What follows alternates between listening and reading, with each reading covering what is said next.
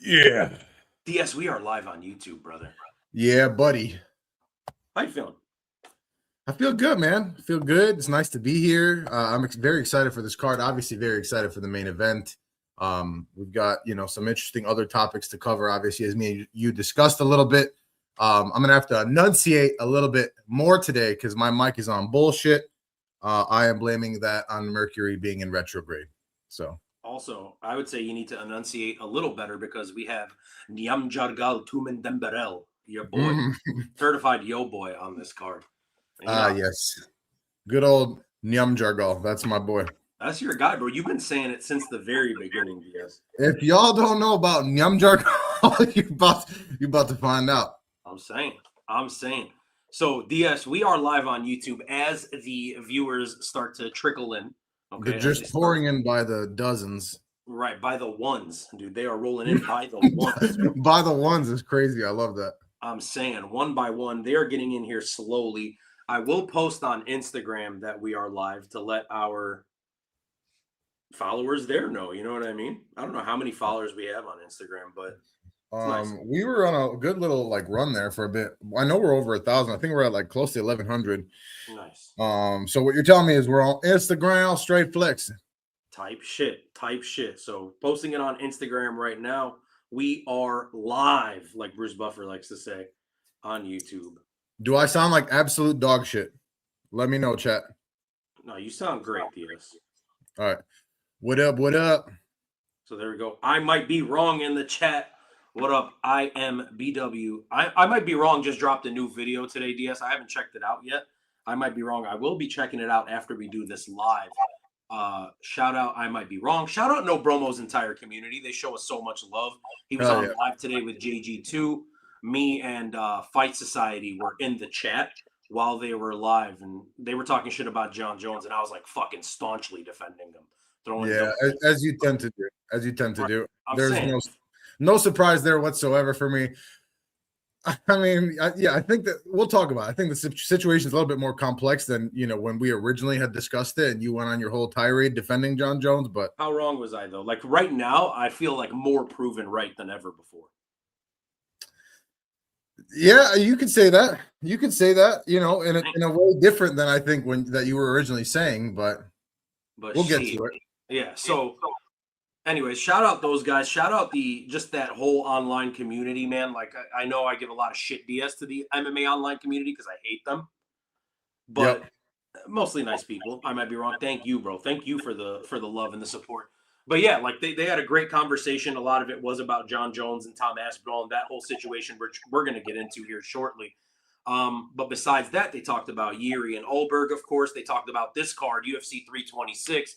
Which, DS, I don't love this card. Me and you haven't talked much about it, but of course the main event's a banger. The rest of it kind of shitty, no? Yeah, kind of shitty. I mean, there's a couple fights that I'm excited about on here, but yeah, I mean, for it to be a numbered card, I think we expect a little bit more.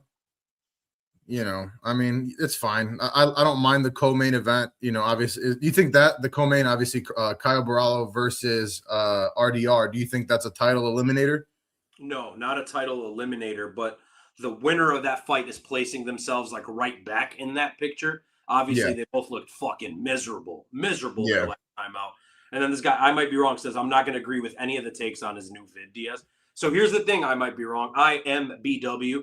I am the known John Jones glazer, the known John Jones supporter. I'm glad you said it. Right, DS over there. He's more a Tom Aspinall guy than a John Jones guy. Doesn't hate John Jones. I don't know that you could say that. I'm just. I would like to think I'm I'm a good realist, but good realist. I like to be a realist myself, DS, but whatever. I might be wrong. We'll check it out. We'll check out the video and we'll let you know. I don't mind letting you. DS, I got to get you in Bromo's Discord.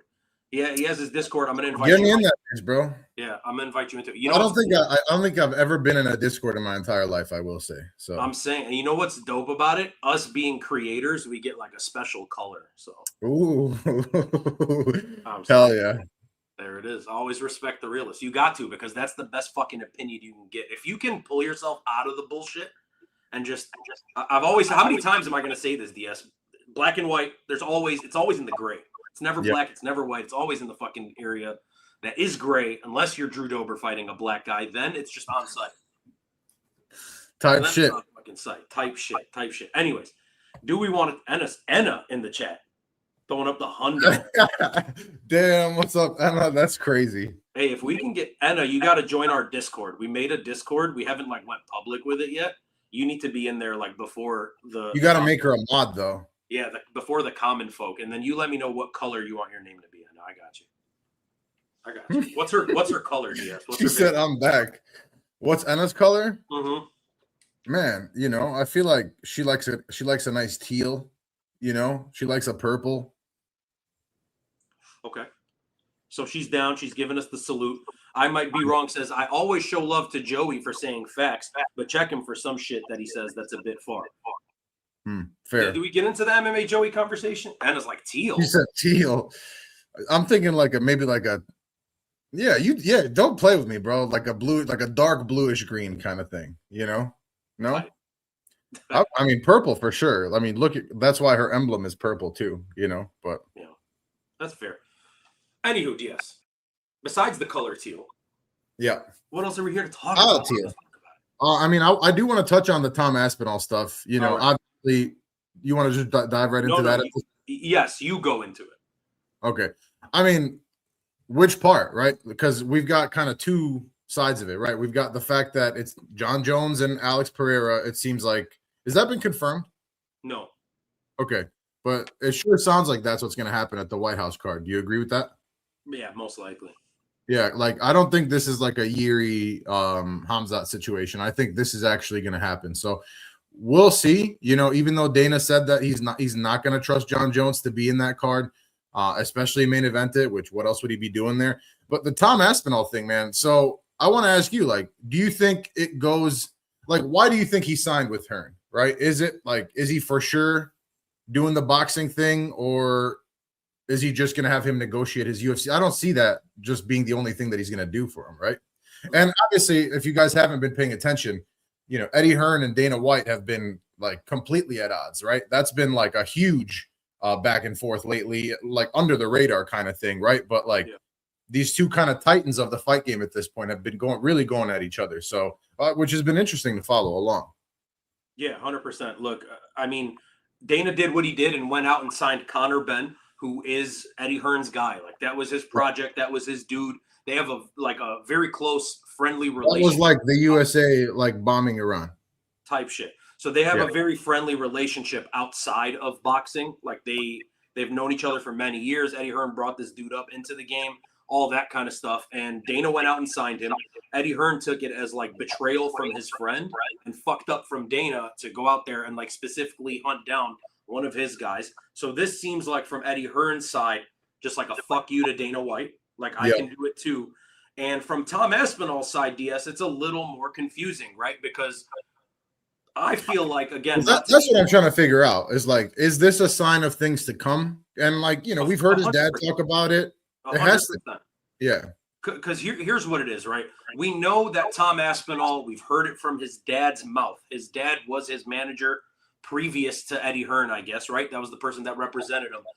We've heard it from his dad's mouth on that little, like, I want to say hidden camera. It wasn't hidden. It was just rolling when it wasn't supposed to be. And they caught him saying he's ready to go into boxing. They never really gave a fuck about UFC and MMA. Boxing's where the money is, and that's what he wanted his son to do. And by all means, like, if that's your prerogative, that's your goal, go do it, right? But Tom Aspinall wants out of the UFC, DS, which doesn't mean that he quit the Cyril Gane fight, but it doesn't fucking look good if you think he quit the Cyril Gane fight, right? Yeah. Because if you want to go into boxing, DS, the best thing that Tom Aspinall has going for him is the fact that he is the UFC's heavyweight champion. If for whatever reason that belt goes away, whether it's by losing to Cyril Gane, getting disqualified, getting stripped, vacating, whatever the case is, his stock slightly goes down. It slightly goes down, and now he's worth a lot less when he's not the UFC champion. So Tom Aspinall, I think what he's doing here is he's telling the UFC kind of a little bit of a go fuck yourself because he's upset at how they treated him. And then secondly, I think he's making his intentions very clear. I want to get out of here and I want to go boxing. So if the UFC strips him, he has a little bit of leverage saying, well, I never lost the title. I'm still the champion. But they're going to treat him worse than they treated Francis Ngannou.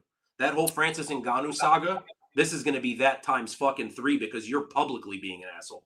You're not doing publicly it being an asshole, and it's at a much more tumultuous time, I would say, right? Too, where it's like the UFC is just kind of dipping their toesy into boxing, or Dana White is rather. Dana takes shit personal for sure. Like, don't get it twisted. Just because he's a fucking billionaire, like he takes shit very personally. We saw that with the Ngannou situation too. Now, Ngannou was a lot more established, I would say. Yeah. Maybe he's not the talker that Tom is. Not that Tom Aspinall some huge shit talker or anything like that.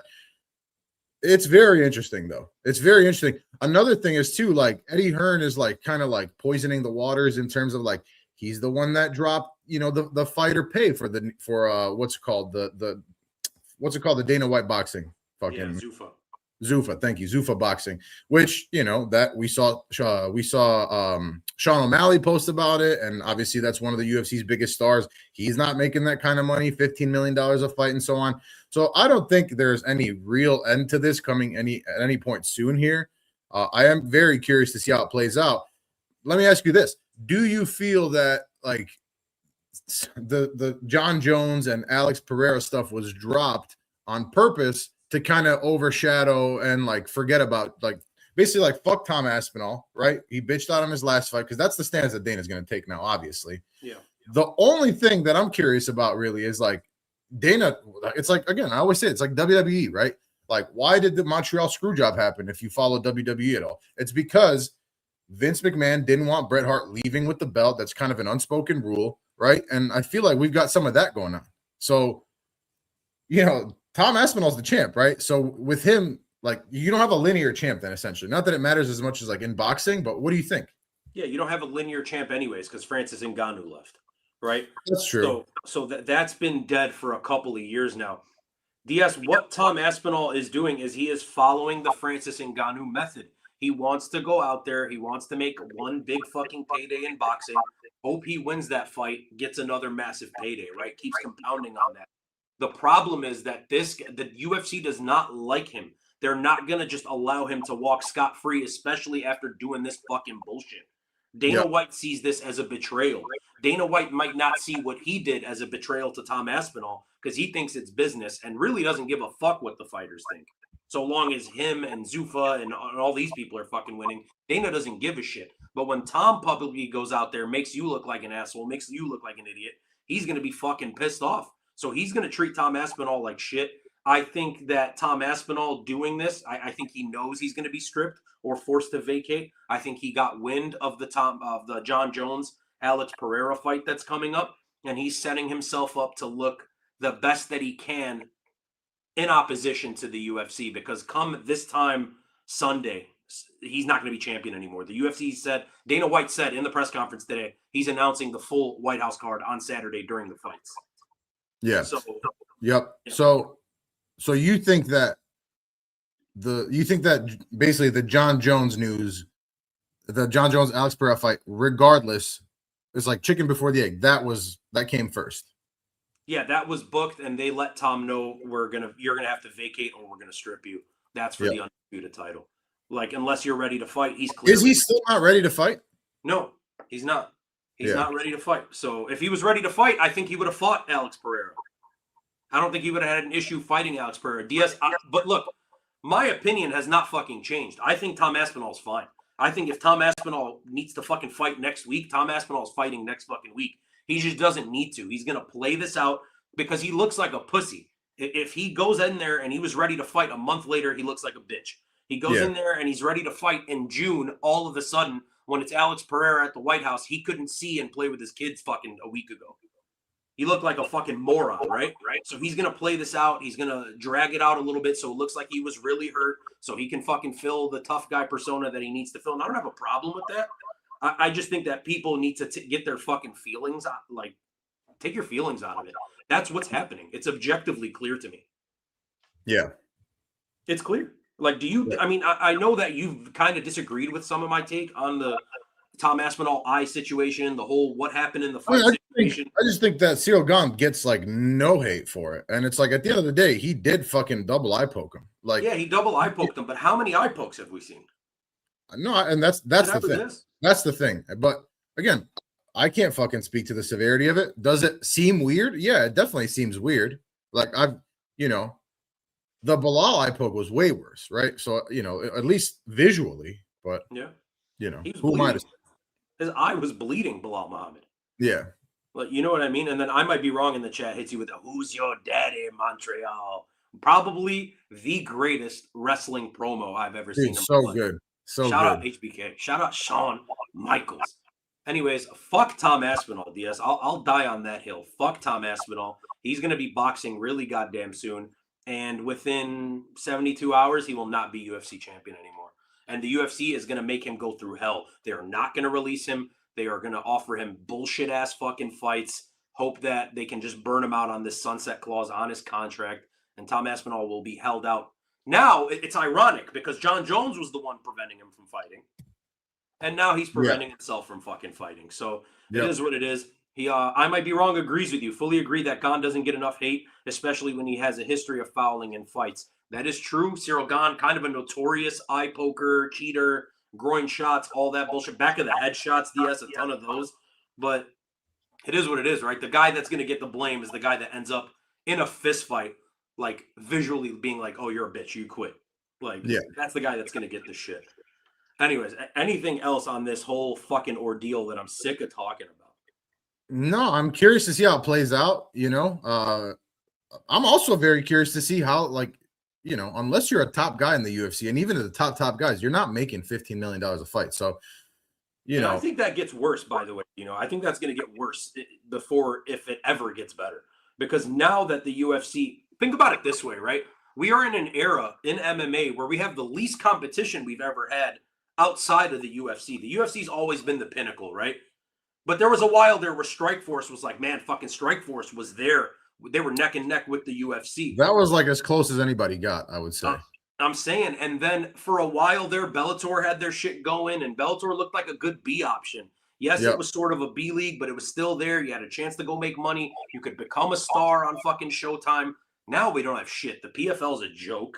The GFL doesn't look like it's ever going to operate. Netflix is doing MVP promotions. That looks like a one-off.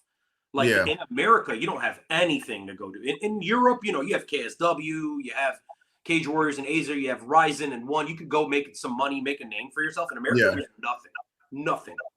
I feel like those guys, like there is an opportunity in the market right now for those, like you said, Ryzen, like those types of companies to just market themselves a little bit more in America, right? And because right now the UFC is in a weird place. It's pretty much a monopoly at this point if you're a fan of fighting sports, other than boxing. And I mean the UFC, look at some of the cards that they put on, right? Even in the Paramount Plus era at this point already. So, Did you know that Ryzen is happening tonight? What's up? Did you know that Ryzen is happening tonight? I had no fucking idea. That's what I'm saying. Patchy Mix is fighting tonight. Like, it's a huge Ryzen card tonight. I mean, it's overnight for us here in the States, but like we don't fucking get word of that. All their promotions in Japanese, like you got to hit Google Translate and shit to find out what the fuck's going on. You got to pay for pay-per-view and translate that. It's fucked up, dude. Look, I like KSW, DS. I like a lot of those European leagues. Again, it's just hard to watch, man. Like timing difference, the language barrier. They don't make it easy for us. No, they don't. But shit, every now and then the UFC has a big card in fucking Abu Dhabi. And what do? We just wake up at 10 a.m. and watch it, right? So I feel like there can be some things done with promotion and, just doesn't have to be perfect timing. But at least, you can try to sprinkle a little in this market. Facts. Big fucking facts. Either way, that is what it is, man. I really hope this Netflix shit goes down, DS, and it's successful. I know the card's going to be whatever, but I hope the Netflix MVP promotion is successful just so we can have some competition, man. I loved Bellator. Bellator was my shit. You know that. I just wish we had more. Shout out Vex. The GOAT is streaming. Is that me or DS, or are we both the GOAT? 4 a.m. and I'm watching a 10-7 stream. Shout out Vex. He's in the Czech Republic, DS. Let's go for that. Oh, yeah. Let's do it. Go for that. All right. Are we ready to do a freaking breakdown on UFC? Well, let's do it, man. Yeah, very top-heavy card. I mean, about as top-heavy as it gets, but let's fly through some of these early ones and get to it. Yeah, please. All right. Shall we get it going? We shall get it going, baby. All right. So first fight of the night is Luke Fernandez. He is taking on your boy, Rodolfo Bellato. Luke Fernandez, despite having a lot less experience, is the favorite here. From what I'm seeing, and you said no odds for, I was able to find some. I think minus 235 for Luke Fernandez, Rodolfo Bellato plus 180. How do you see it playing out? Yeah, I haven't edited this since my quick picks, and there was no odds at the time. But regardless, yeah, Luke Fernandez obviously will be the favorite in this one. Rodolfo Bellato Diaz, even though he has more experience than Luke Fernandez, like what a fucking coward. Last time out, he had that whole like fake ass knockout. Dude, I fucking hated that. You know that, like, I know you hate those because that's like the mental shit that for me, that's like I can never get behind you again. Anytime one of those happens, like I can guarantee, I'm gonna look down at my phone within 30 seconds, it's gonna vibrate, and it's you just complaining about this fucking cheating. Fucking bitch, dude. Fucking pussy, bro. There was the lady that did that against Randa Marcos, and you still like murder her till this day. The Brazilian. I can't remember who that was. Man, wasn't it fucking Luana Santos or like what? I think it was. And every time we do a breakdown, you're like fucking cheating ass bitch. Luana cheating ass bitch. Yeah, for sure. Anyways, so yeah, I hated that Rodolfo Bellato did that, and it was one of the most like egregious ones. He literally was like falling back, looking at the referee. He's like, "Dude, you suck." Like, what are you talking? I mean, he might as well have just been like peeking, like one eye open, peeking, like, am I good? Am I still knocked out? Fucking hate it. Hold on, let me see this. Vex, what's the error in the stream title, bro? What are we talking about? Did I misspell something, or what's going on? Well, you said reek down. It's probably the fucking error. Well, let me go ahead and add a letter B in there. And if y'all, I don't want you guys to leave, but if you like leave and refresh, it's not gonna fucking fix. Fuck it, we're leaving it the way it is. We're doing a reek down tonight. Right? That sounds smelly as fuck, my boy. But we're doing a reek down, baby. Anyways, Rodolfo Bellato's a piece of shit. He's shitty BS. He's not that good of a fighter. Luke Fernandez, undefeated. I don't like when these undefeated guys come into the UFC with, you know, like super high buzz and like a big favorite, but he's not that good. He's not that good. Shout out Tucker Wilson. Yeah, brother, Tucker Wilson. We are doing the reek down, baby. Yeah, give me Fernandez, round 2 TKO. Rodolfo Bellato's dog shit. Yeah, I've never been a Rodolfo Bellato guy. He does have some big power, I guess, you know, but yeah, I just can never get behind this guy, and I already didn't like him very much. His defense is very questionable. He's been dropped, a handful of times. He gets pretty reckless in exchanges too. I guess it sometimes worked out for him, but I'm also going to go with the younger fighter here. He actually does have some grappling ability too. Fernandez does. If the fight does go to the ground, he's got faster hands. He's the more technical striker. I think he's got real power as well, and he's got an aggressive style. So it's light heavyweight, man. Give me a knockout as well. I'm going to say like end of the first round. Boom. And then Vex says it would make sense if Jubilee was fighting, that this would be a reek down, Diaz. That's crazy. I would agree. That's fucked up. I might be wrong. Bellato is getting severely overrated for going to decision with Sterling. He's getting slept badly. He's dog shit, my boy. He's really fucking ass, bro. Like trash. Shall we move on, Diaz? Let's move on, my friend. Next fight on the card is I lost it. It is Gaston Bolanos. He is taking on Junyoung Lee. This is a fucking like random ass fight, to be honest with you. But what do you think is going to happen? What's up with that, by the way? They just be putting Gaston Bolaños in there against Asian guys. Like, that's just the UFC's thing, you know? Yep. I don't know. Anyways, this guy, Gaston Bolaños, like a fucking, like, an evil guy in a Disney movie. Like, you know what I mean? He kind of gives me that type of vibe. That's just Gaston, but yeah, okay. But no, look at his face. He's got the beard, all that kind of shit. He's just evil Ilya Taporia, basically. Right, essentially. DS, give me 1 second. Never mind. We are good. I'm just hearing a little reverb coming from your computer. I don't know if there's do you hear that or no? Reverb? Yeah, it's coming back. Man, I don't know, bro. All right, it is what it is. I'm fucked up, so I'm sorry. I mean, there's not much I can do right now. Hopefully he gets. Okay. You want me to hop out and hop back in? No, we're good. We're just gonna ride through. He was scared of Paul Craig on the feet. Look, Gaston Bolaños, DS. Saw him in Iowa. I had a little bit of hope for this guy. Not that good, man. Like, you look technically on the feet, he looks great. He's got very technical kickboxing, likes to fight at range. He picks his shots very well. On the ground, he showed he is absolute trash, DS. Now, Junyoung Lee, a very aggressive, explosive guy, pushes a very high pace. He's willing to make fights kind of chaotic and brawl. Gaston Bolaños is not going to do that. But I think the opportunity here for Jung Young Lee really is in the ground game. We haven't seen like too much of his ground game, but I think there is a big difference between his and Gaston Bolaños' ground game. I think his pace is better. I think his aggression is better. Over the course of 3 rounds, man, I think he probably gets a takedown wins around that way. Jung Young Lee to me is the better fighter. It's pretty obvious.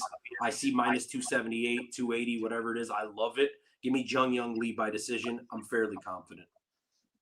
Yeah, I mean, Bolano's another one of those guys where I'm not very big on him. He does have an interesting style, right? He's got kind of the wide stance karate style striker, decently explosive on the entries. He's got some knockout power himself, but we've seen the chin tested, right? We've seen the chin exposed. I think it's pretty questionable. The defensive grappling is god awful. It's like, maybe some of the worst in the division. So yeah, I don't know that it's going to go to the ground. If it does, I definitely agree with you. I think Jun Young Lee's going to do his thing and win those exchanges for sure.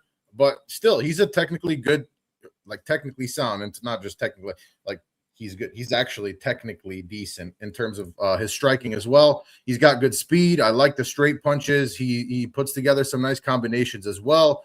Decently high output. I think he's more durable. I agree with you in terms of decision. I just think the fight stays standing, and I think we see Lee just land more shots. And, I don't think we're going to see any huge power exchanges here. I think he's going to be able to stay out of bigger shots, land more. Love it. I might be wrong, says I got Jung Young Lee by sub round 2 or 3. So he is. I could see it. If it gets to the ground, I think that, like you said, is the easiest path to victory, right? Yeah. Like Bolaños, again, god-awful defensive grappling. Yeah, so there we go. We're in agreement so far on the first 2 DS. Love that. Makes Friday a lot easier for us. I mean, the odds kind of speak for themselves too. But all right, let's move on. The third fight is Rafael Tobias. He is taking on DR Nurgaze. How's that for a name for you? It's okay. What do you think? I've heard better. Can you hear me, DS? Yeah, I can hear you. I said, what do you think is going to happen? Oh, yeah. Look, DR Nurgaze is dog shit. I hate to be this guy. Usually my breakdowns aren't like this. DR Nurgaze, not so good, man. Solid record. Hasn't really shown anything that kind of jumps off the screen to me in the UFC. Pre-UFC, I thought he was a good prospect, man. Going into the Contender Series, I thought this guy was legit. He's tough. He throws big. He's big as hell for the division. He's got some good grappling. According to Curtis Blades, who he's now training with, he has really goddamn good jiu-jitsu on the ground as well. But what I've noticed is his gas tank is dog shit, DS. And that's what I broke down in my breakdown. And then I got to actually speak to Curtis Blades yesterday. And Curtis Blades said that in training camp, that, they've been kind of going with each other in camp, and that DR Nurgaze is consistently doing three rounds when they're supposed to do 5. He's sitting out rounds 4 and 5 and complaining of an injury, but he thinks it's due to his cardio. So whether it is an injury or it is the cardio, that's fucking wild. Scary. Yeah. And then we have Rafael Tobias, 14-1. It's hard to trust these Brazilian big guys when they come in with like a record like that. You know what I mean? Generally, it's going to be padded records, but he looks comfortable. He looks comfortable on the feet, man. He goes forward. He throws heavy as hell. I just don't trust DR Nurgaze. I think the gas tank is shit. There's rumors, again, of an injury. That's what he's claiming to his teammates. I don't trust it. Give me Tobias round 2 KO. I think he has the power advantage, DS, and I think he's just a better fighter. Yeah, and the younger fight, I mean, he's still young, still improving. He's overall definitely the more technical fighter. For me, Nurgaze is the grappling defense is actually pretty questionable. And I think really all he has is just like heavy-handed power. He's not technically, anything great. He's pretty basic technically. To me, it's a striker versus grappler matchup. I think Tobias is just going to handle his ass on the ground. I think we see a second-round submission here, but yeah, you said knockout. I mean, I wouldn't be surprised. Just the more technical, sound fighter overall. Yeah. And Teron Brown says, which card are you guys doing predictions on? Teron Brown, brother, we are doing 326, the BMF title. It's in the title. It says we're doing a UFC 326 live reek down. This is the reek down for 326. Yep. But yeah, DS. So we're in agreement there as well. Fucking love when that happens. We are 3 for 3. I'm very interested to see if we're going to go 4 for 4 on this one. Okay. I'm also very interested because. Well, go ahead. So the fourth fight is Sumaderji. He is taking on Jesus Aguilar. How do you see this one going? I think this is an interesting fight. Very interesting fight. And you mentioned the name Dr. Nurgazai before this as an interesting name. We're going to have Tumen Dembarel, Nyamjargal Tumen Dembarel coming up. Nyamjargal is probably one of the best names. It's a great name, but here we have Sumudaerji. He's just like Cher or Madonna. It's just one fucking name. Anyway, yeah. Sumudaerji, you know he's just like Cher. Yeah, very, very similar. Look, he's long-bodied, he's fast, he's really goddamn big for the division, DS. He does his great work staying at range, right? When you're that big for flyweight, it makes sense why you want to do that. He's fast, he's got good pop. He is a good fighter. He makes a lot of mistakes, though, right? We've seen in all of his losses, it seems like it's him making fucking really bad mistakes. He's taken on Jesus Aguilar, who is tiny in comparison. Huge height difference in this one. Jesus Aguilar, amongst the shortest fighters in the promotion, but he is a super goddamn scrappy Mexican fighter, Diaz. And one thing I was wondering, him and Raul Rosas, who is going to be on this card later on, why the fuck are they here as opposed to the Mexico card that happened last week? And I think it's because the UFC is choosing these two to display to us. I think these are the two that they want to kind of push out more to the mainstream. Jesus Aguilar is fun. He's always in a banger of a fight. He's scrappy, and he has what you love to call a finishing move, which is that guillotine. And he is constantly looking for it, Diaz. It's not like it falls into his lap and he takes it. He hunts that shit. Sumudaerji's got a neck like a fucking giraffe. Jesus Aguilar is going to be looking for that shit. And I think he fucking finds it, DS. This kid is tough. He is really goddamn scrappy. Give me the plus 200 dog. Jesus Aguilar by submission, guillotine. Give me that neck, Sumudaerji. Yeah, I'm also taking the underdog here, which I kind of hate it that we've agreed on that too, but that's just what I went with. And we haven't, chat, we have not discussed these fights prior at all. So, but one thing I will say, Sumudaerji, 8-inch reach advantage for flyweight. That's fucking crazy, dude. That might be like an absurd amount of inches. It's not even necessary. Yeah. What are you going to do with all that, So, yeah, I think that might be like the biggest reach advantage in flyweight history. That's fucking nuts. But yeah, I mean, he's dangerous, right? He's a dangerous counter striker when he fights at distance. So for me, I'm not really saying anything crazy here, right? You've got a very short fighter, like you said, one of the shortest with, one of the biggest flyweights with a massive reach advantage. Sumudaerji should stay at distance, obviously. Like, what else is there really to say? So for me, this is going to be about range control. I just think that Aguilar is going to be able to get in, man. He's very aggressive. And we say this all the time, right? Like, it's not like he just fucking shrunk. Like, he's been the smaller, shorter fighter in majority of his fights. So I still like his pressure a lot. He's really aggressive. He's constantly moving forward. He's very durable. He's willing to eat some shots too, right? To land some of his own. So obviously you mentioned the opportunistic nature of his guillotine, so which I do appreciate. I just think he's going to be able to crash inside, land some shots inside, force the clinch as well. In the grappling exchanges, I think he's got a little bit of an advantage there too. But overall, I just think it's going to be about the pressure, right? So for me, Aguilar is really good at making fights uncomfortable, and I think he's going to be able to force enough scrambles and just make it dirty enough and win this fight. Plus, like Sumudaerji, like we've seen him like win some fights in a weird way, lose some fights in a weird way. Like I don't really still know what to make of him, to be honest with you. Facts. And Teron Brown's throwing me off in the fucking chat. He's saying he's asking that because he doesn't remember any of these fights on the card. Teron Brown, either you're tripping or I am, brother. But or we're tripping because we have the same fights that we're breaking down. I don't know what's going on. It's 326, brother. I promise you. I do this shit. Yeah, March 7th. Don't do this, bro. I might be wrong saying I got my boy Jesus Aguilar by a really close decision. Shout out Drew Bordeaux, 5414 in the chat, saying great name, better pronunciation. No, you, Drew. Okay, you. And then he says none of these fights on the card. Teron Brown, they're here. I promise you, Doug. I guarantee you, my boy. Teron Brown off a bean tonight.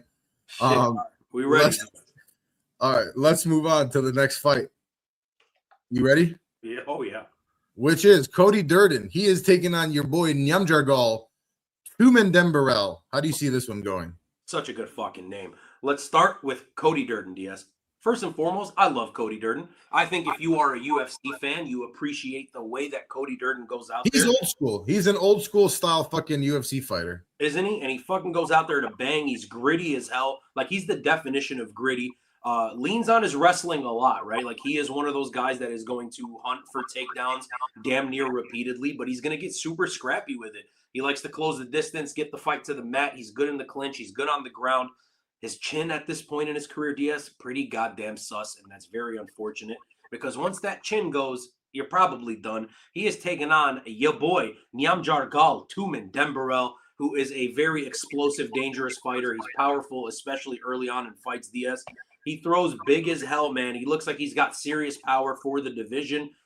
He shines in big moments. He tends to find the finish, but he is very hittable. So if this becomes a war, I still don't necessarily love it for Cody Durden, right? Because if it becomes a war, I'm going to take the guy with the better chin and the better power. To me, it's really simple, man. Unfortunately, I think Cody Durden is done. So I'm going Young Jargal, Tumen Dembarel by round 1 KO. I think he chins Cody Durden. Damn. And we're approaching the end of Cody Durden's run. Interesting. Yeah, look, Nyamjar Gal is very dangerous, right? Very dangerous offensively. He's got a full arsenal of tools, heavy hands. I like his submission ability too, man. We talked about guillotines for Jesus Aguilar. He's got a couple guillotines of his own, and he's decent with the rear naked too. So he throws with power. He's got decent volume. We've seen him overwhelm opponents. He's another very aggressive fighter. I think his grappling is pretty aggressive too. That being said, Cody Durden's obviously a very wrestling heavy fighter. And again, for me, like he's the epitome of like, you know, late 90s, early 2000s UFC. Like that's like, I feel like he would have thrived in that era. For me, Cody Durden's really just going to be dangerous early in the first round. I don't see a way for him to win it, honestly. But I actually think he's going to get dropped like towards the end of the first, maybe early second, and he's going to lose by submission. I'm going to go Tumen Dembarel by submission in the second round, let's say. Boom. I might be wrong in the chat. Says Nyamjar Gal got nasty clinch work. I could see a club and sub or ground and pound. So he's kind of thinking what you're thinking. Yeah. Yeah, we are in fucking agreement on everything so far, Diaz. I'm not going to lie to you. I love that. We are 5 for 5. Let's see. I hate it, honestly, but, you know, what are you going to do? I like it a lot, dude. Let's see if we can make it 6 for 6. Okay. I don't think there's been a card that we've agreed on everything so far this year, by the way. Yeah. So, all right, let's move on. Sixth fight is Alberto Montez. He's the favorite over Ricky Turcios. This is a featherweight fight. How do you see this one going? Yeah, brother. In the year of our Lord 2026, DS, I don't know who in their right mind is picking Ricky Turcios in the big 2-6, brother. I mean, look, he is chaotic. He throws crazy fucking volume. We know what it is with Ricky Turcios. He's not really great at anything. He's pretty good at everything, but he does have like that monster motor. But we've seen Ricky Turcios look worse than we've ever seen him before. And he's not a guy that's been in the promotion forever, but it feels like that. You know what I mean? Ricky Turcios, He feels like a fucking throwback to me. He feels like the most Timu generic version of Tony Ferguson fucking possible. That's a great way to put it. I respect that. I'm saying, and he's taking on Alberto Montez, who is a solid grappler, great composure. He's okay on the feet, DS, but he is a fucking deadly submission artist, right? Nasty on the ground. He fights patiently. He fights beyond his years. A lot of hype coming out from his teammates and people in the know that say this kid is really fucking nasty. I'm going to trust him, and I don't know if it's more that I trust Montez or more so that I just don't trust Ricky Turcios anymore. Montez by submission, round 2. Ricky Turcios has looked too goddamn sloppy for me. I'm happy that he's getting this fight after missing out on a paycheck last time out when old boy fucking fainted on the scale, his opponent, Cam Slaughter. Yeah. So good for him. Both of these guys missed out on a ton of opportunities to fight this year already. I think Alberto Montez 2 fights, Ricky Turcios 1 fight, but they're getting it here. Give me Montez round 2 submission. Yep. Yeah, I got submission too. I think it's going to happen in the third. Ricky Turcios is still, you know, wily and tough and all that good stuff. I don't think there was a time when I was actually very interested in Ricky Turcios. That time is coming past at this point. So, but yeah, submission specialist Montez, another very aggressive grappler here. Also, there's like a lot of fighters on this card that I just personally don't like, or you know, for whatever reason. But we see Montez hunting for submissions constantly, right? Like especially chokes, especially the rear naked choke. Very good at scrambling into dominant positions. Yeah, I think it's a terrible matchup. I think it's just a terrible matchup for somebody whose takedown defense isn't great, and the ground control has been a major weakness. So I just think this is kind of, you know, throwing Turcios to the wolves here. We'll see, you know, unless Montez is just not what we thought. But think he's going to close the distance immediately and just start initiating grappling pretty early on into this fight. Tercio's probably going to want to keep this fight standing, all right, and just try to push a chaotic pace. I just don't really see it, man. I think as soon as Montez gets on top or just gets scrambles into a dominant position, I think this fight's over. I just think that it might take a little bit to get it to the ground, which is why I'm going to say like early to mid round 3 submission. Yeah. So we are 6 for 6, and I fucking love it, DS.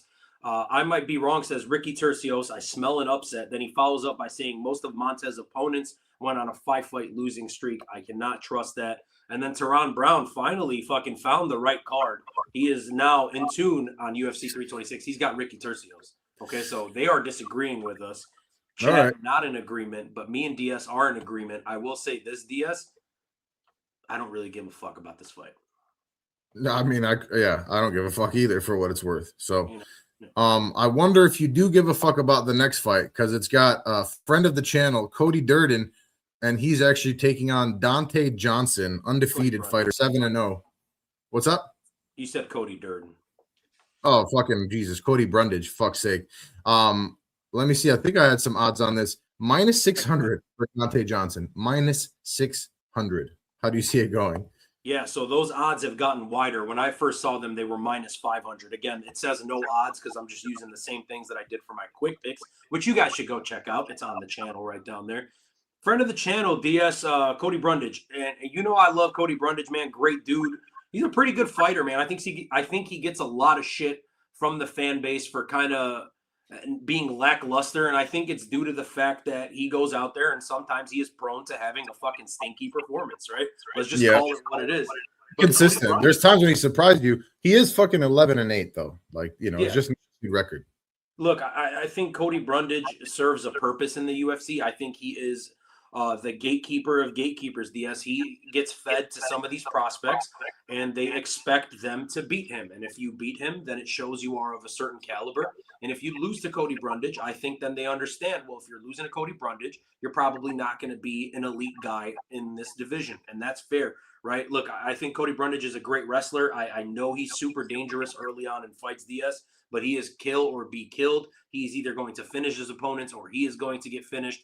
Now, Dante Johnson is an undefeated prospect. We've seen people like this lose to Brundage. I just don't think this is the guy, DS. I think that Dante Johnson looks the part. He is a big kid. He's an aggressive wrestler. He slams the shit out of his opponents.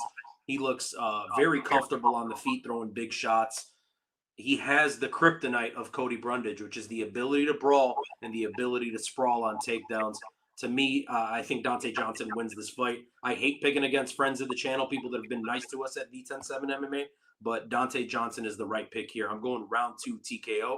I think he's going to go through a little bit of a buzzsaw early on, but then eventually find the finish. Yep. Why does it feel like Cody just fought? He did. He's taking this fight. Oh, by the way, thank you. He's taking this on super short notice. He just fought, and this fight he's taking on like 2 weeks' notice. Yeah. So, wait, did he end up fighting? Mm-hmm. Who did he fight? Fought a couple weeks ago, man. He fought this year. Let me see. I forgot. No, he was supposed to fight Todorovic. Did he end up? He never ended up fighting him. He fought Cam Rouston on the that's right. card. Yeah. That's right. Yeah, I don't love that he's just getting right back in there, honestly. But yeah, Dante Johnson is like, I don't know, he looks fucking legit. Like, he is powerful as fuck, thick as fuck. He's very explosive.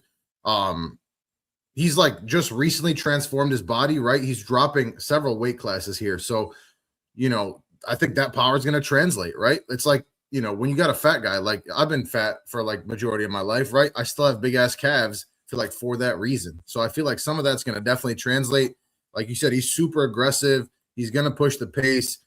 Brundage, historically grapple oriented. I just don't see a way that he's going to win this fight, dude. I really don't. Johnson is just way more physical. He's way more athletic, and it's not like, Cody Brundage is going to have like some wily veteran ways to win this fight. I just don't see it. I think he's going to get absolutely steamrolled in this one, man. I'm saying first round knockout.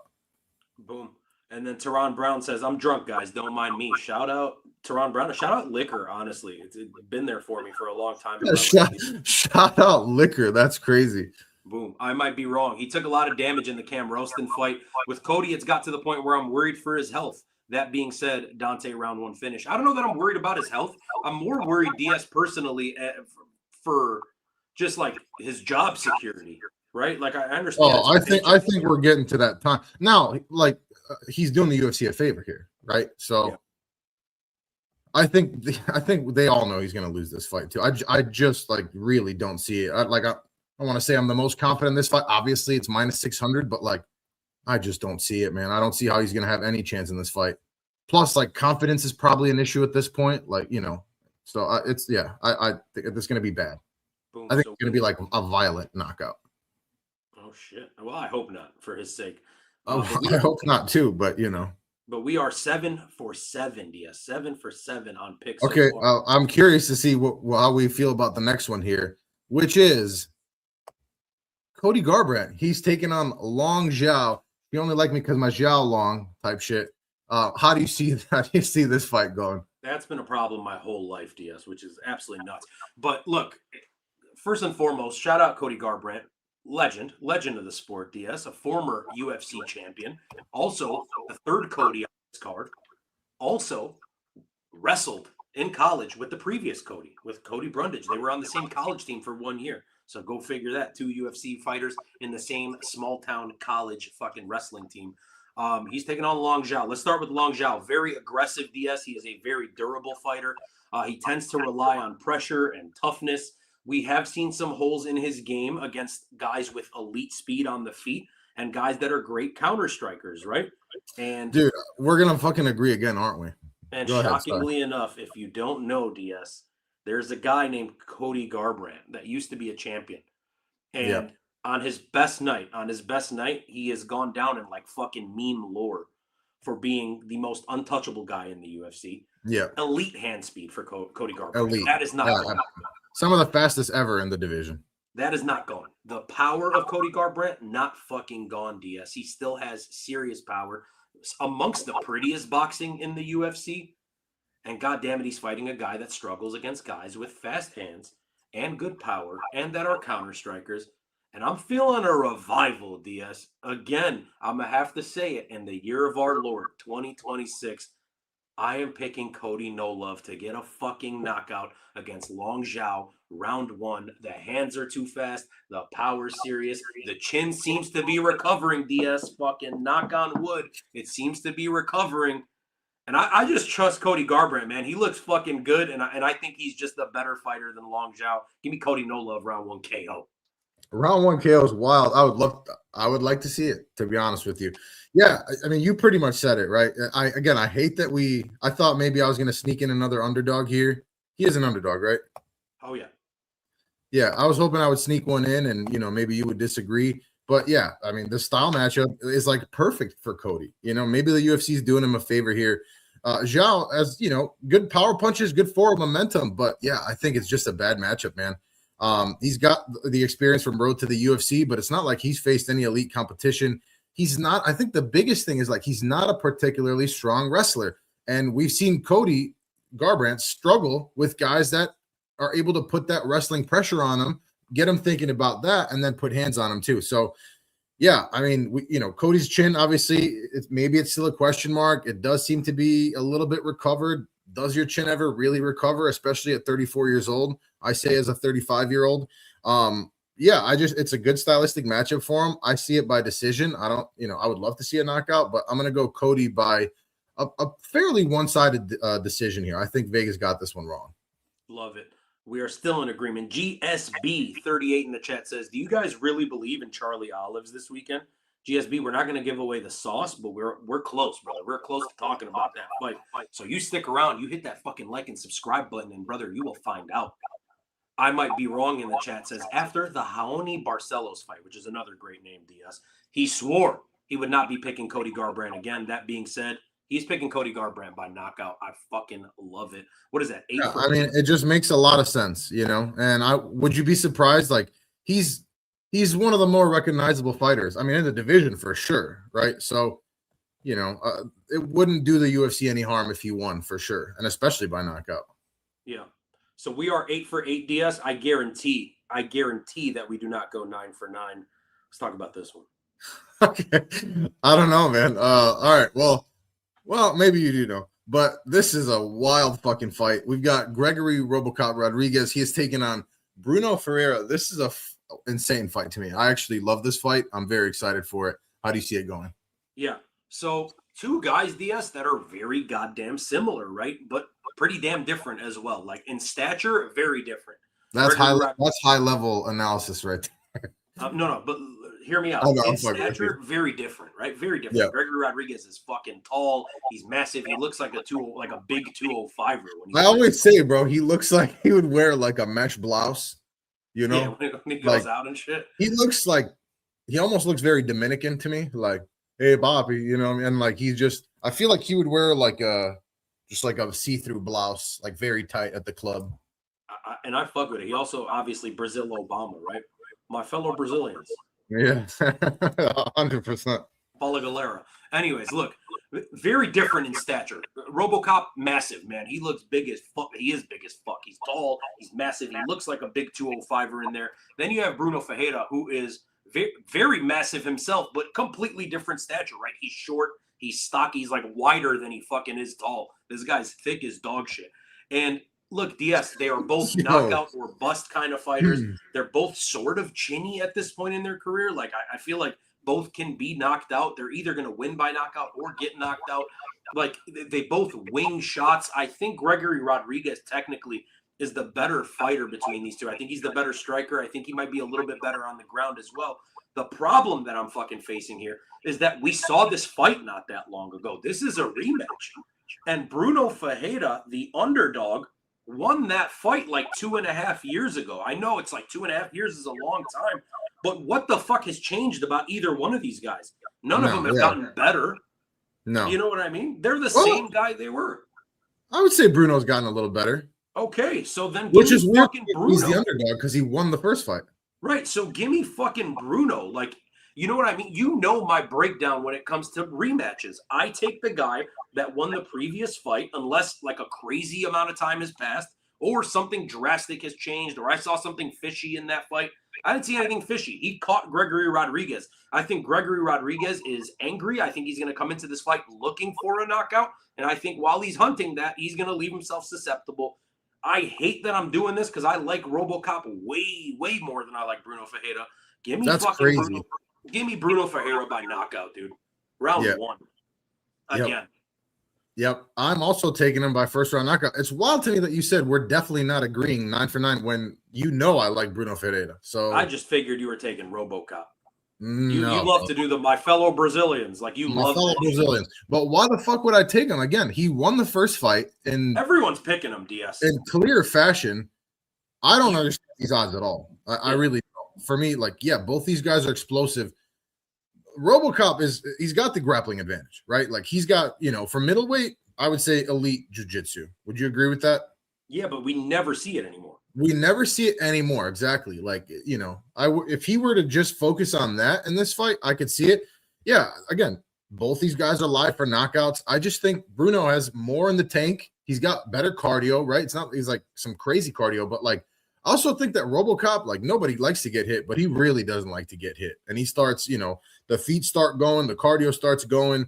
For me, man, this is like, betting wise, one of the best fights on the card. I would get your bets in now for this one because, like you said, everybody's picking Bruno. So 75% on Tapology picking RoboCop. Nuts to me. GSB in the chat says UFC Macau is on the horizon. Long Zhao got the volume in rounds 2 and 3, gets himself a win. So he's thinking positioning wise that they would give him the decision there. I might be wrong. Says I have no idea why Ferreira is the underdog. Ferreira exactly. I don't get that at all. And then Shiv Singh shows up for the reekdown, DS. He is here. We got Shiv Singh for the Shout out Shiv Singh, baby. Let's go. Welcome back. That's fucking sick because I'm thinking about Shiv Singh from last time. He was going off. Shout out Shiv Singh. Yeah, shout out, bro. Hell yeah. Thanks for being here.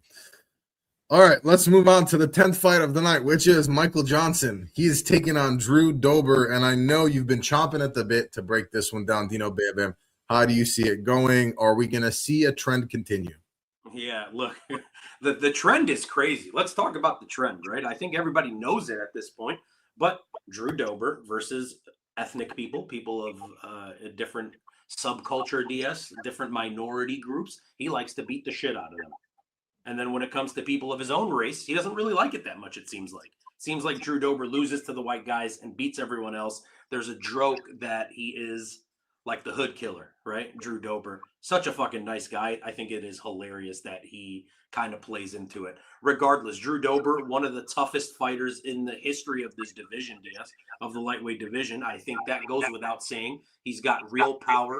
He's got just a willingness to fight. He is one of those people that gets into the cage and he is down to brawl. Like he almost forgets the game plan and just fucking goes for it. Yep. And on top with a chin like that, though, wouldn't you? I'm saying, right? And on top of that, the chin, you mentioned the chin, besides it being visually fucking stunning and just massive, he actually has a great chin. And for a time there, DS, it was the best chin in the UFC.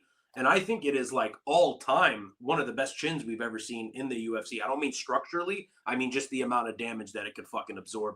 He's taken on a brother, Michael Johnson. So a lot of people going with Drew Dober to win this. Michael Johnson, a super experienced, very, very experienced veteran, DS. Slick boxing, nasty speed, great footwork. Michael Johnson has made a career of beating people that he shouldn't beat. Sometimes he's lost to people that maybe he shouldn't lose to.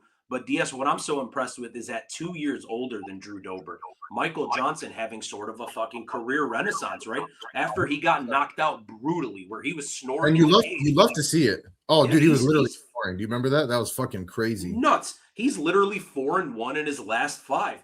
And at this point in time, DS, I know it sounds nuts. I think Michael Johnson has more in the tank than Drew Dober does, right? I think he is the faster fighter. I think he's the more technical fighter.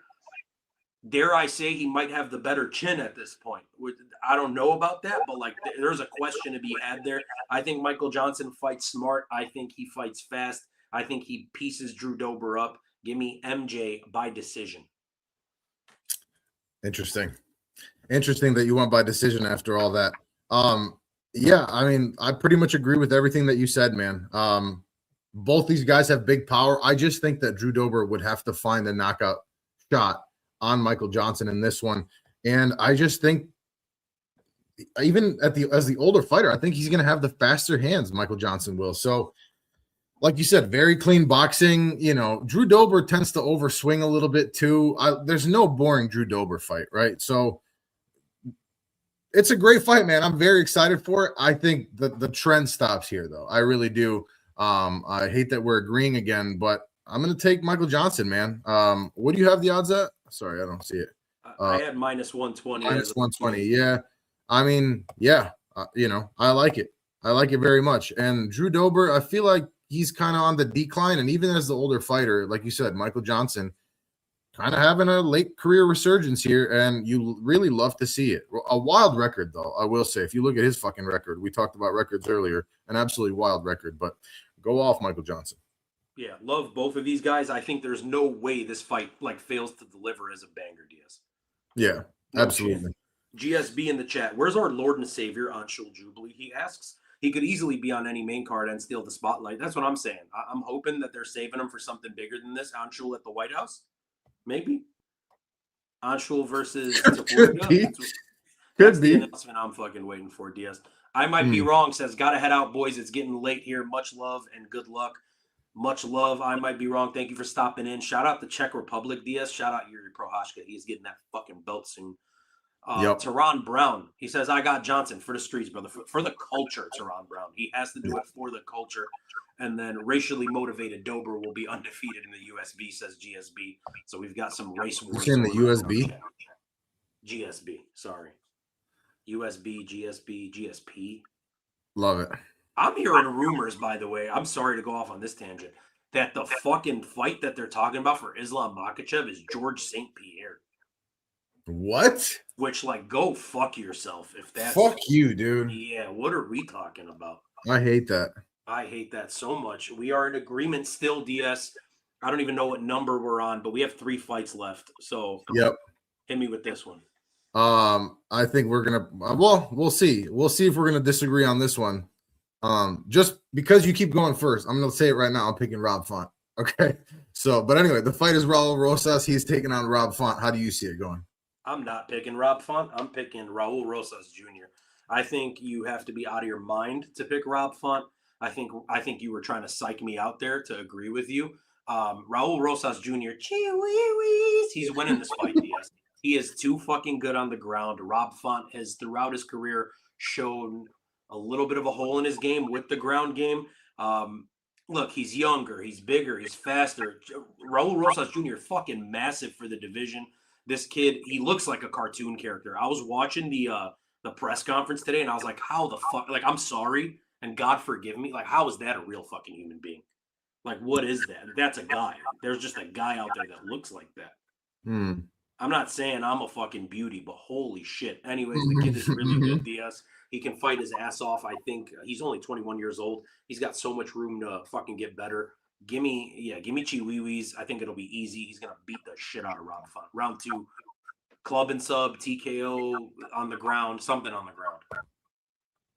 Yeah, look, I get it. It all makes sense to me. Like, we know what Raul Rosas is going to try to do here. One of the best young wrestlers in the division, in all the UFC, really. Super aggressive, right? He just fucking, like I always say, he's like the Tasmanian devil, and he kind of has the he kind of talks like him too, which makes sense to me. He loves the back control. He hunts submissions. He's gonna be super aggressive. I just think that he's gonna dominate Rob Font in the first round, and then I think he's gonna kind of burn himself out a little bit, man. And I think in the second and third round, Rob Font's gonna put hands on him. And I don't like the striking of Raul Rosas at all. Rob Font obviously has faced much better competition. I love the jab. I think he's going to be able to use the jab as a tool to keep Raul Rosas off him as the cardio starts to wane a little bit.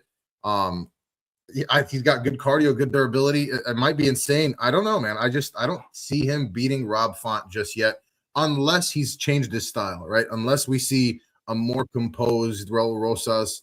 I'm gonna go with my third underdog pick of the night. I'm gonna take Rob Font by decision. Interesting. You are in the same boat as Teron Brown. And I think, DS, I think this is where we veer. I think we veer for the rest of the night. I think You we think were so? together. Yeah, I think we got off at different bus stops, and I think we're just going our fucking separate ways here. But Damn. Mhm. All right. Well, I respect that, and I'm actually very curious about the last two for you here. Of course, the co-main event is Kyle Barallo. He is taking on RDR. How do you see this one going? Yeah, man. I was struggling with this one for a couple of reasons, DS. Number one, I feel like just as a fan of both of these fighters, I kind of like them the same amount. There are problems with both of them that like stop me from being a huge fan of either of them. Does that make sense to you? Yeah, I think that's why they're fighting each other at this point. And both of these fucking goofy ass goobers were one fight away from a title fight, and they absolutely shit the fuck out of the bed, DS. Shit the fuck out of it last Yeah. time out. Kyle Bahalio No, embarrassed. fucking RDR embarrassed my boy though. Like on the way. Like I fucking hate that. And that's what they were both kind of doing. But Kyle Bahalio last time out embarrassed himself against Nasruddin Imavov, put up a stinker of a nothing performance And against boring in this fight Nasruddin too. Imavov. Yeah, terrible fucking performance, terrible fight, just whack. And then Rainier de Ritter, DS, the moment, man. I told you we've talked about RDR before he was in the UFC, me and you. Yeah. And I was never a believer in Rainier de Ritter. I always thought he was overrated. I never thought he was that good. I thought he was very one-dimensional. I thought he would get picked apart the moment he got to the UFC. He came to the UFC, started fucking everybody up until it got to a point where I was like, maybe I'm wrong. Maybe I got to start believing in Rainier de Ritter.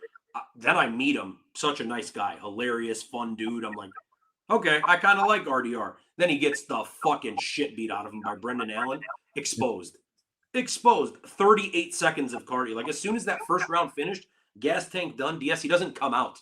He just sits on the bench and gives up. Fucking terrible.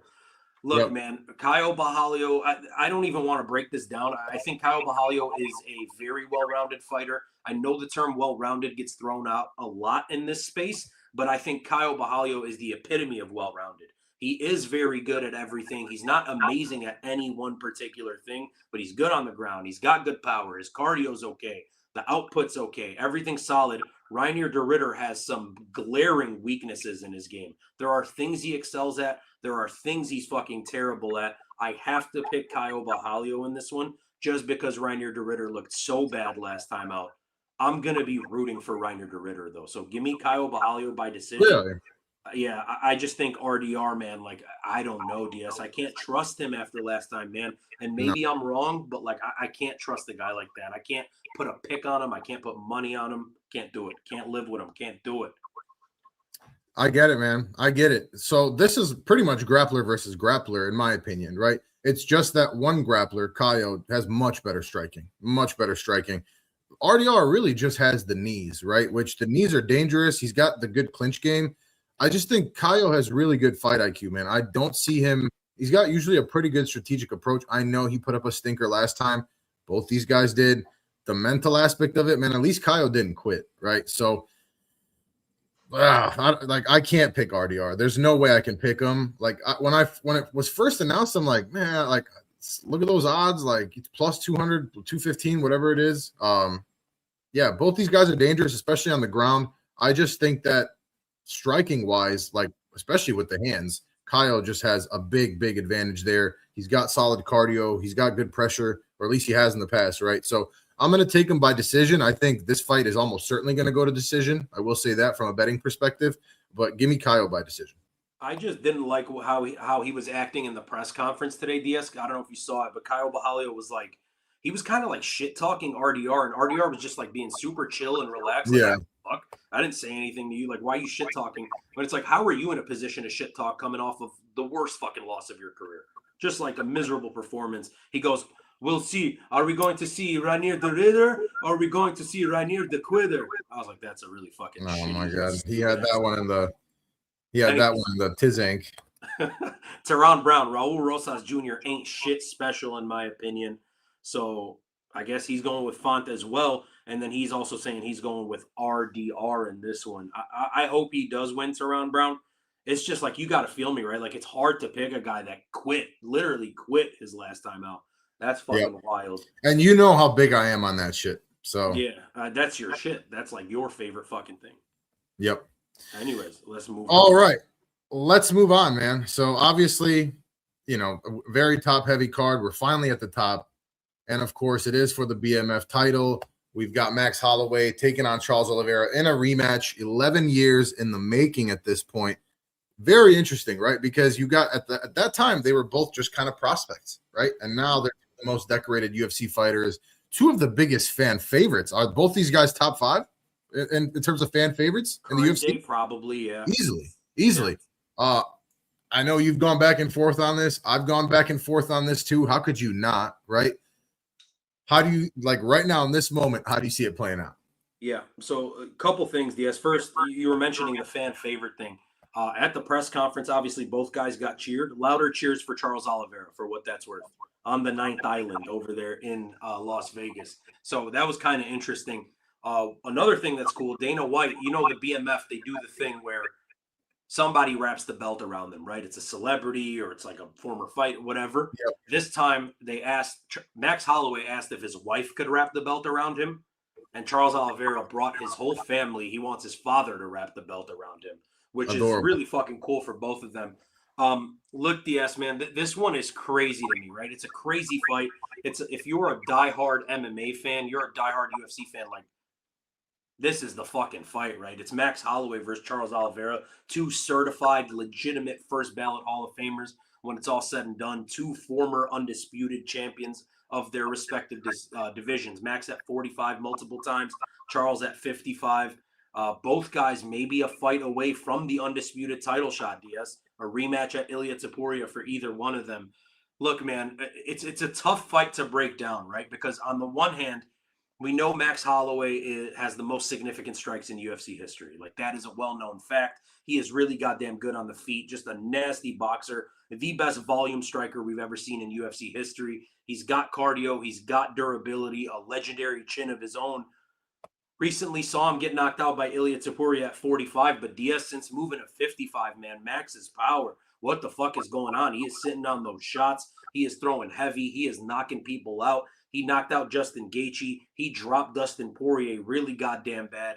And then for Charles Oliveira on the feet, man, crazy power. I think he might have more power than Max Holloway. I know that's a wild thing to say, but I think it's the truth in straight power on the feet. I think he's better in that aspect, but Max is the better striker. On the ground, I don't think it's close. I know Max Holloway has good takedown defense. It's not close. It's not Yeah, close. he's got okay jiu-jitsu, not even close to Charles Oliveira. Here's what this fight boils down to for me, Diaz. If Charles Oliveira goes into this with the mindset of this, I'm going to fucking play this game with Max, he's losing. He's getting knocked the fuck Yeah. out.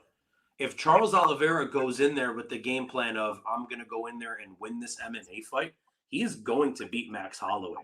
The takedowns will be too much. He's dangerous on the feet. If it gets to the ground, it might be fucking curtains. I love both of these guys, man. I hope Charles Oliveira does not go in there wanting to give us one of these moments and try to throw down with Max, because it's going to end up with him being slumped. Crazy. I think I'm sticking with it, man. I think I'm sticking with Charles Oliveira, the underdog in this one. I think he is going to go in there, try to get a takedown. His family's in attendance. He's going to want to win this for his, for his kids. And I think that is going to put him in a mindset of not just stand and bang, not just try to fucking go to war with this guy, but win the fight in the easiest way possible, which is still not going to be easy. I might flip-flop my mind 10 more times come Saturday. By the way, guys, official picks on Saturday at V107MMA on Instagram, like it says there, where we both pick at an over 70% clip. That's where the official picks are going to be. But Diaz, for right now, man, I'm leaning Charles Oliveira. Yeah. I'm going to have to disagree, man. There's three things that this fight's going to really boil down to. It's going to be about the pace, the cardio, and the striking volume. Max Holloway landing over 7 significant strikes per fucking minute, right? So just unbelievable volume from Max Holloway. Like you said, the power has translated really well. I do agree with you, though. I think Charles Oliveira early on is the more dangerous fighter here. I'm just concerned if we get to rounds 4 and 5, I think it heavily starts to favor Max Holloway. And also, it's like from the submission standpoint, right? From a grappling standpoint, Max Holloway's never been submitted, unless I'm wrong on that. I'm pretty certain on that, right? No, I think he has. I want to say he's never been submitted, but even if he has, it's been like one time or whatever the fuck it is. I didn't see one.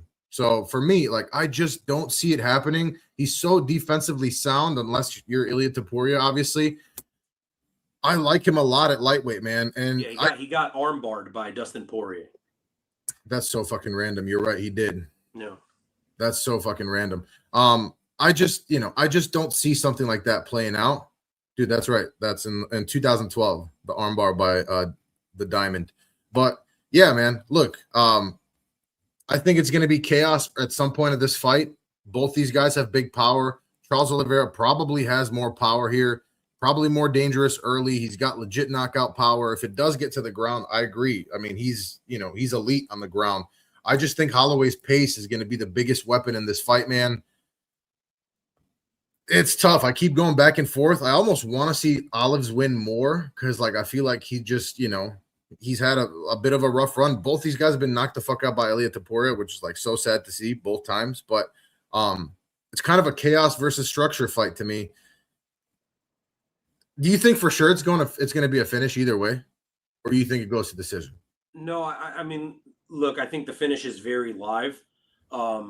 I think a decision's live as well, man. I know Charlie Olives gets a lot of shit for being sort of like chinny, and especially in my mind, there's, for some reason, I can't shake this notion of Charles Oliveira as like a chinny guy, even though he's not really. Like, he does get hurt, but it's very difficult to finish Charles Oliveira. But these guys are both fucking finishers, and now Max looks like a finisher all of a sudden. It could go to decision. It could, but yeah, finish. Yeah, I don't want to see either of these guys lose. I think it's going to be Max Holloway either by a late TKO, like 4th, 5th round TKO, or Max Holloway by decision. I'm fairly confident in it. And again, I don't really want to see either of these guys lose at all. I just don't see Max Holloway slowing down at all, man. Diaz does have big power. He does have big fucking power. So we'll see. I was going to say, if you go back and watch the Dustin Poirier fight, right, the last one, the Dustin Poirier's retirement fight, you'll see Max Holloway in there. It's almost as if Dustin Poirier's in there kind of going through the motions, trying to give us like a fun fight. Max Holloway looks like he's like fucking going for violence. And it catches, like, it seems like there's a moment there where I feel like it catches Dustin Poirier off guard where he's like, yo, dude, like, what the fuck are you doing? But it's like, you're in here fighting. You know what I mean? Like, he's not just giving you this legend fight. He's here to beat the fucking brakes off you. Like, yep. So there is that difference, and that worries me a little bit about Charles. This is something I'm going to have to sleep on, and I'm going to have to figure it out before Saturday when the official picks come out. And I'm sure we're going to talk about it off stream, but it's like I was going with Max the entire time, DS, until this last couple of days. I just changed. I don't know what it is, but I just feel like Charles is locked in. He's going for it. He's laughing at the idea of getting knocked out. And then he did say at the press conference, shout out GSB in the chat, Charles said, all I want to do is win in this fight. Because they asked him, they said that Max Holloway said the most BMF thing he could do is submit you. Is the most BMF thing you could do knock his ass out. And then Charles was like, I did see that. Win the fight. You know what I mean? Couple of things just to touch on. Teron Brown says Kyle was an asshole at the press conference. I agree. Oliveira's being counted out badly. They should let Holloway wear his custom gloves, which I don't think Dana understood what he was asking for. That would be dope as fuck. Do Bronx via TKO plus 900. Love that sprinkling on it. All he wants to do is win. And then Teron Brown says, if the fight's standing, we know Max will be better, but it's something Charles can do on the feet, like use his calf kicks and his teep kicks to disrupt Holloway's rhythm. What do you think about that, DS, from like a fundamental standpoint? Do you think that kind of shit would work against Max Holloway? Yeah, I think disrupting his rhythm is exactly what he's going to need to do, right? I don't know, man. I'm just concerned, right? Like, I just think Max Holloway still has the better chin. So, we'll see. So, for what it's worth, Tapology has it 70-30 for Holloway. Yeah, I saw that. And again, we're going to talk about this off stream. If y'all want to talk about it, shit, we could talk about it now in the chat. And if you don't want to talk about it now, feel free. Instagram, D107MMA. We're always on there, always down to talk to anybody about MMA. There was this guy, DS, at the press conference that had his phone up, like when they were like talking to the crowd, and it was like something MMA. Like he just had like his like tag on there. So I just went and followed him. And I was like, I messaged him. I was like, what's up? Like, I saw your name. Like, what's good? What do I win? And he's like a follow back, I guess. Like, he's a nice dude. He's followed by a good amount of people. I was like, fuck it. Why isn't he here, bro? What the fuck? I'm saying we're going to invite that guy. Speaking of inviting, Saturday, you know what we do on Saturdays, don't you, DS? Oh, we go live. We go live about 2 p.m.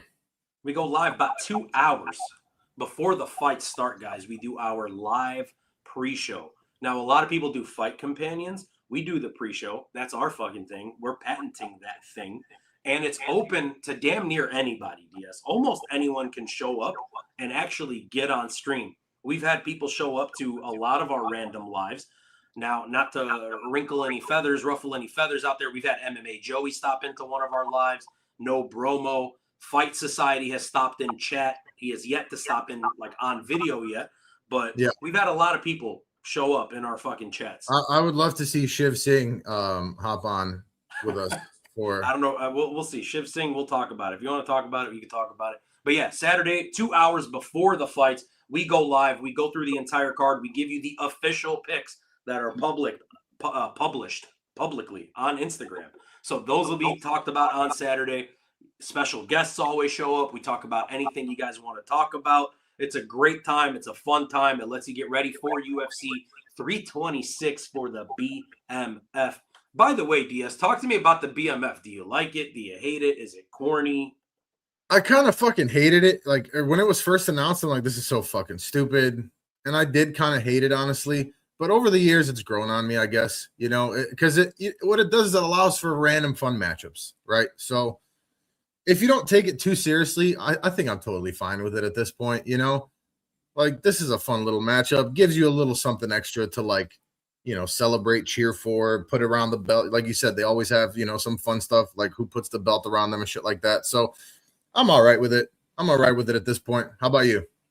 Yeah, I think it's good for the sport. Like, I don't know if it's good for the sport, but I think it's good for where we are in the sport, right? Like, right, especially right now, like, what a blessing to have this when all of the champions are being fucking cowards. All of them are injured. All of them are this. All of them are that. Nobody wants to fight. The UFC has this White House card that they have to cater to. It's good to have just like a pay-per-view, let's call it, a numbered event with like a belt on the line at the end.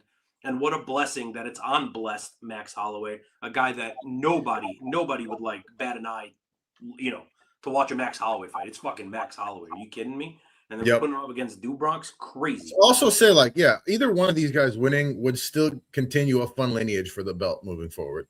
I have another question for you after this chat, real quick. There's always there's always some random underdog winning in the pay-per-view, and that's why I got Charles. That's why DS has Rob Font, right? So we do have that random underdog. Who do you guys think it will be this time around? One of those two. I mean, I'm fairly confident it won't be Rob Font, to be honest with you, DS. I mean, there are underdogs I'm more confident in, but I don't know, man. The fucking odds, I like that shit. Like And we Rob Font, both like Bruno Ferreira as an underdog on the oh, main I card. think that's the easiest underdog on the card. Damn. Okay, that's pretty crazy. And then, yeah, that's who we think it'll be. So let me ask you this, Diaz. One more question before we get on out of here. In terms of the BMF, this was an interesting question that was posed to somebody the other day. I don't remember who, but I saw it and I was like, it's a good question. Do you think that Arman Sarukian fighting the winner of this fight, it would be a rematch versus Charles Oliveira, it would be a fresh matchup versus Max Holloway? A, do you think that's a good fight for Arman Sarukian? B, do you think he like exemplifies BMF? Because his fighting style may not, right? He's a wrestler, but he is goddamn aggressive. And if anyone's a BMF with their fucking antics outside of the promotion, especially right now, it might be Arman Sarukian. So what do you think about Arman Sarukian fighting the winner of this? Should he wait for Topuria? Should he fight the winner of this? Does he fit as a BMF? Man, that's a great question, honestly. So stylistically, I would say no, right? Because like I feel like if you look back, like why was this fight made?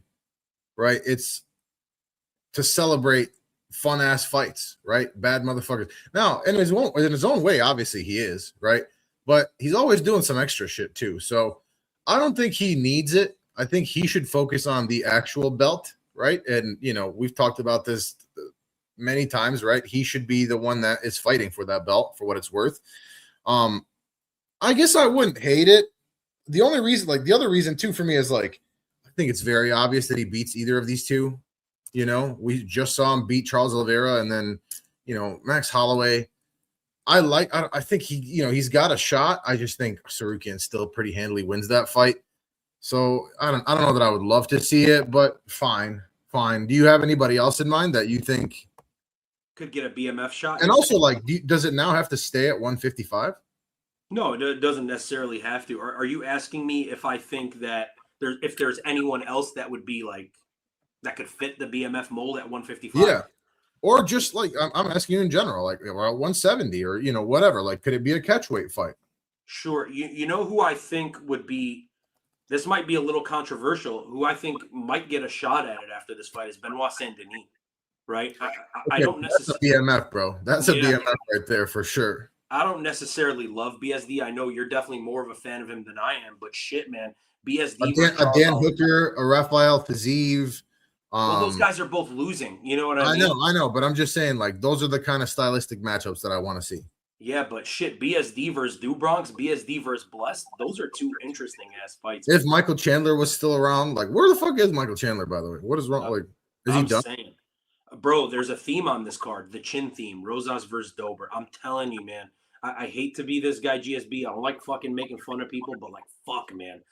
Hey, I was looking at the press conference, DS, and I was like, what is up with these guys? Like, their faces are fucking weird. Like, you don't see people that look like that.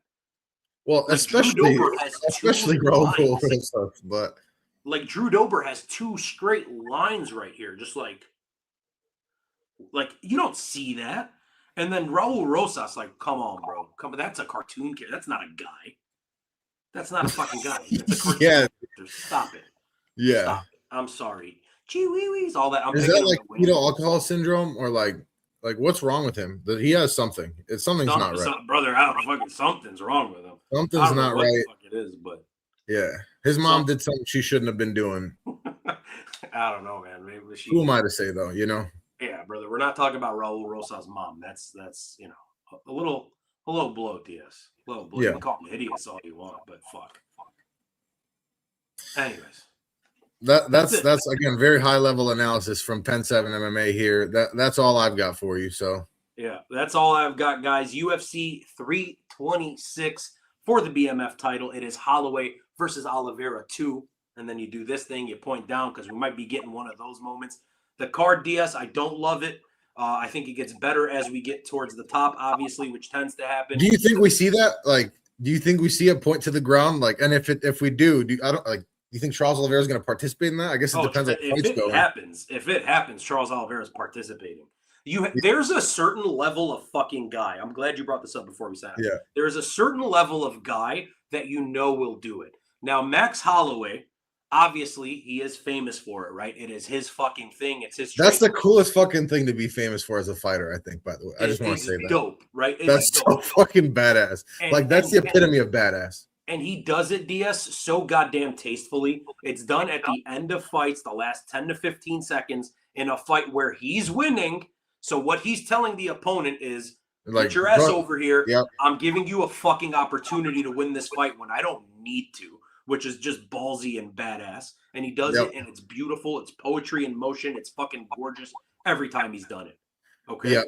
He has yet to be defeated in that thing. Yeah, you're right. He's fucking 100% that. I just want to say, too, if you go on the 10-7 MMA Instagram and scroll down a little bit, the fucking clip that you made of the Max Holloway Justin Gaethje fight, where you lined it up perfectly with the music, that shit is so dope. That's one of the coolest fucking videos that we have, honestly. Go check that shit out, because it's like bop bop, the times perfectly with the music. You crushed that, dude. Thank you. We were much tinier at that time than we are now. Not that we're like fucking big, but like we were much smaller than we are right now. 300,000 views. That was like the first thing that we ever did that was like semi-viral.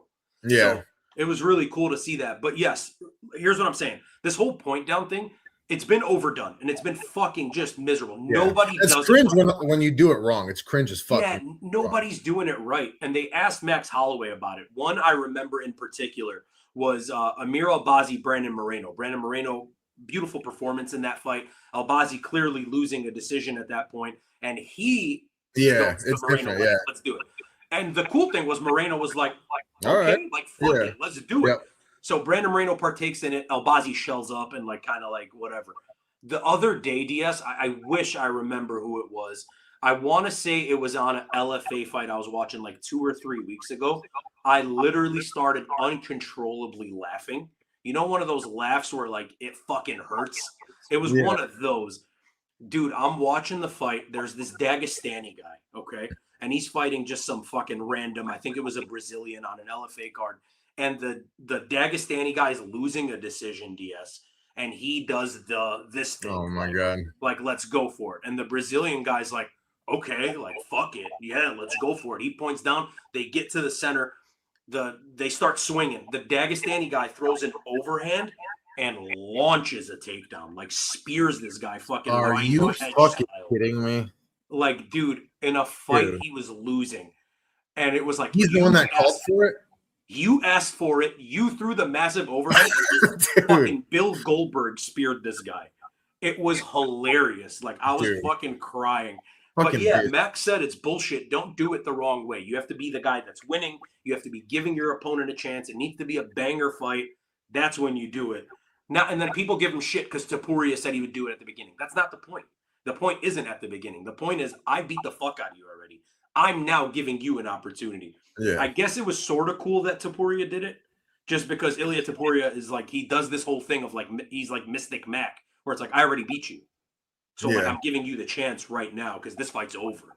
You know, that's the thing with Charles. Like, I'm sorry it had to be you. And he celebrates the fights before. He celebrates his victory the night before, which is fucking hilariously insane to me. That's the kind of shit, like, I fuck with Ilia Topuria for that. But, like, Max does it right. Nobody else does it right. Even Dustin Poirier shelled up. Yeah. Like, that was crazy. That was crazy. Anyways, that's my fucking tangent. So, guys, that right there is DS. I'm Dino Bam Bam. We are the 10-7 MMA. Follow us on Instagram, like it says at the bottom, for pictures of us and fighters. More importantly, the predictions, the official predictions, where we pick at a extremely outrageous 70% clip each, and as a fucking unit, okay? And then scroll down, find that Max Holloway video. I'll put it on our story as well, DS. I think it's a good time call. To repost good that. Call. Yeah, so there's that. Also, on YouTube here, hit the like and subscribe button. It would mean the world to us. We're trying to get to 2,000. And then on Saturday, we will be live 2 hours before the fight. Me, DS, potential guests, who knows? It's a great time. Stop by, have a cup of coffee with us or something like that. And yeah, that's really it. Last chat here, GSB says, do you guys think Bolaños have a good chance to win? I don't, brother. No. I would hope so. I think Spain needs it more than more than they don't, right? They need fighters right now. The UFC wants to go out there, so I would hope Gaston Bolaños wins. I just don't think he really has a chance. Diaz? I agree. Yeah. Yeah. So that's that. Anyways, catch up with us, guys, Saturday, 2 hours before the fight. We will be here. We'll be live. By the way, Diaz Bromo said he's coming. So we're going to have no Bromo. That's one surprise guest that I'll Let's throw do it. out there. Always a good Anyways, time. thank you guys so much for watching. Love y'all. Peace.